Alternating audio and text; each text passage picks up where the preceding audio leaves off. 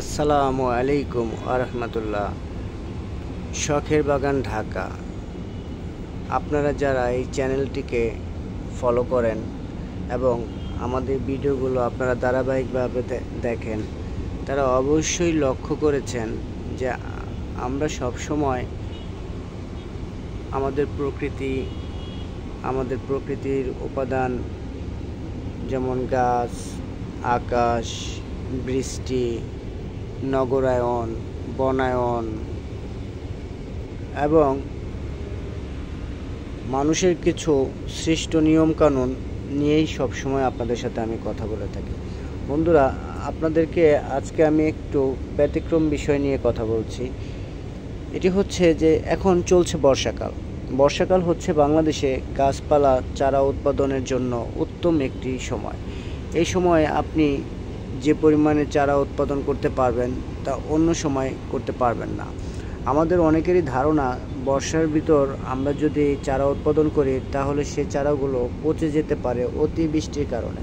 হ্যাঁ বন্ধুরা, এই ধারণাটাও সত্য, কারণ অতিবৃষ্টি হওয়ার কারণে অনেক চারা মাটিতে শেকড় ছাড়তে পারে না। মাটি প্রচুর পরিমাণে পানি ধারণ করে রাখে। সেই ধারণকৃত পানির চাপে মাটি এক ধরনের গ্যাস তৈরি করে মাটির ভিতর।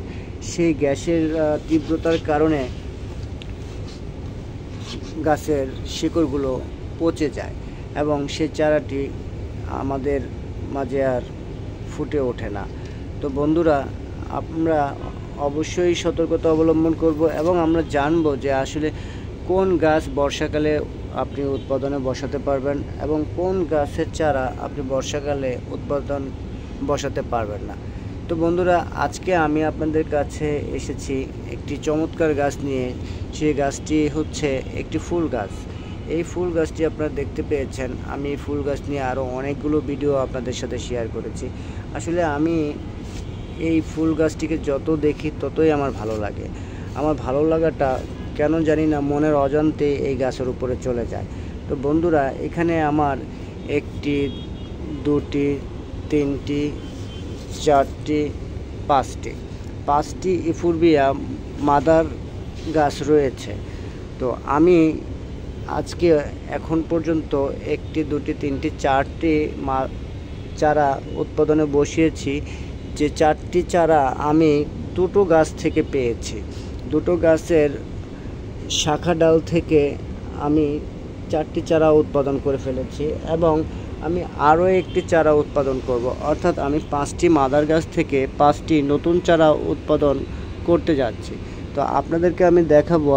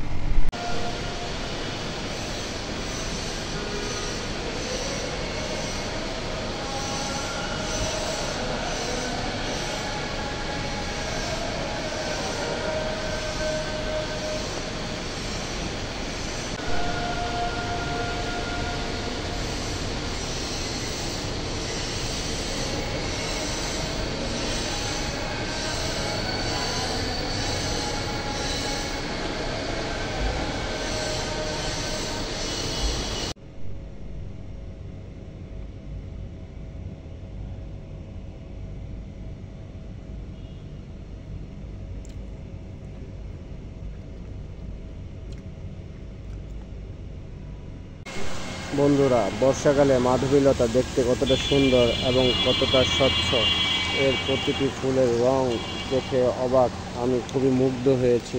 তোমাদের যদি ভালো লাগে অবশ্যই চ্যানেলটিকে সাবস্ক্রাইব করবে এবং ফলো করবে।